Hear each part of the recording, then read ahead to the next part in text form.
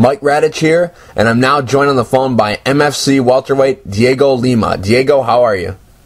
I'm doing great, buddy. How you doing? I'm doing good. Dhiego, last time we talked, you had an injury. How's the injury doing, and are you 100%? Oh, the injury's not there anymore. It's gone. That's the past. I've been training straight for about 4 months now. I can't wait to fight, man. I'm 100%. I'm ready to go. Can't wait to fight. You got a fight coming up at MFC 32 against Nathan Coy. How's training been going? Training's been going good. We had a change of opponent at the last minute, but it's not going to bother me at all. I was training for Bruno, which he was a black belt. He was great at everything. So now it's just a switch to a great wrestler, and we've made the adjustment, and we're ready, man. That training's been going great. You took the words right out of my mouth. I was going to ask you, did you have to change anything up in your training? Because they are different fighters. Carvalho, more of a well-rounded guy, and Coy, more of a wrestler.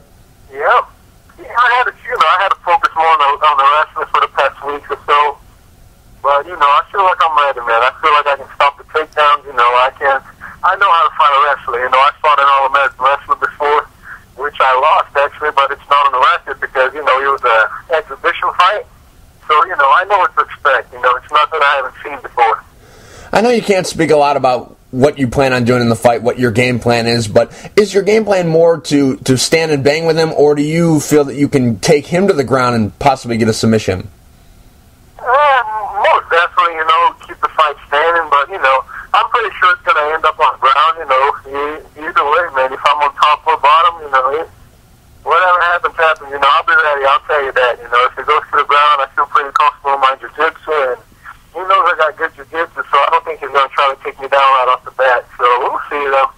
How long have you had time to prepare for Coy? Because I know that your opponent for a while had been Carvalho now. A week and a half, so. And what film have you seen on him from previous fights? I've seen his last 3 fights, the one with Woodley, the one with Nate Moore. So I've seen a couple fights. There's one of his older fights in there.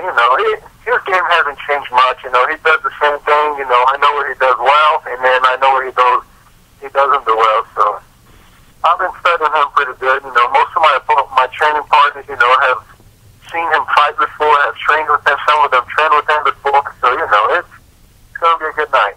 Any of his opponents that he's fought in the past, and you've kind of said, well, I do this as good as this guy, or I do the same thing as this guy, maybe that'll be able to work. Have you seen anything from his other opponents that might help you in this fight? No, because most of his opponents actually are wrestlers, too. Right, true. He hasn't fought anybody that brings to the table what I bring, that's how I feel, he hasn't fought anybody with great stand-up, with good jiu-jitsu. The one he fought with good jiu-jitsu, he lost submission, a decision, so... it's hard to tell, it's really hard to tell. With this fight, last time we talked, you said you were maybe one fight away from a title shot. Do you still feel the same way? No, definitely. Beating Coy, striking horse fat, and, he's been in the big league before. He's a great wrestler, so most definitely, man. I'm actually asking for a title shot if I did. And Terry Martin won his last fight. Is that the kind of the guy you want next, or possibly anybody they give you? He's done, man. I don't see nothing on him anymore.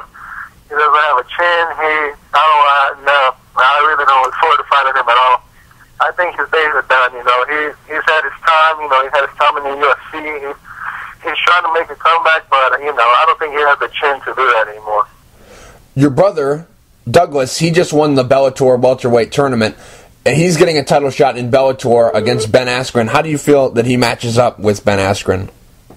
It's going to be a great fight, Askren's only got one thing, and my brother's got 3 things. So he's definitely going towards, I'm sure he's going to win.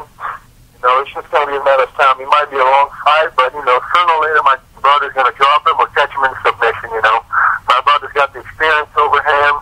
Askren hasn't really fought a good jiu-jitsu guy and a good stand-up guy. So, he's fought a good wrestler in Askren, and, what's the last guy he fought? Jay Hiron, he fought a good wrestler in Hiron, but, he hasn't fought somebody who has great jiu-jitsu and great stand-up, and my brother's going to be in trouble. Dhiego, what's your prediction for the fight against Nathan Coy? Man, it's going to be a knockout, man. I'm going to knock this guy out. I said it to my trainers. They all have faith in me. I'm going to drop this guy, man. It's going to be, even if it's in the first or third round, Dhiego, real quick before I let you go, do you have any sponsors you'd like to thank? Anything you want to say to the fans? Right now, I just want to thank all my training partners, of course, my management, Soccer Punch, and the MFC, to bring me back again. And we're still working on all the sponsors for the fight, so I'll leave that after the fight. Dhiego, thank you for taking the time to talk. I really appreciate it. Good luck at MFC 32 against Nathan Coy. Yeah, I appreciate it, man. Anytime, just give me a call, buddy. Thanks a lot.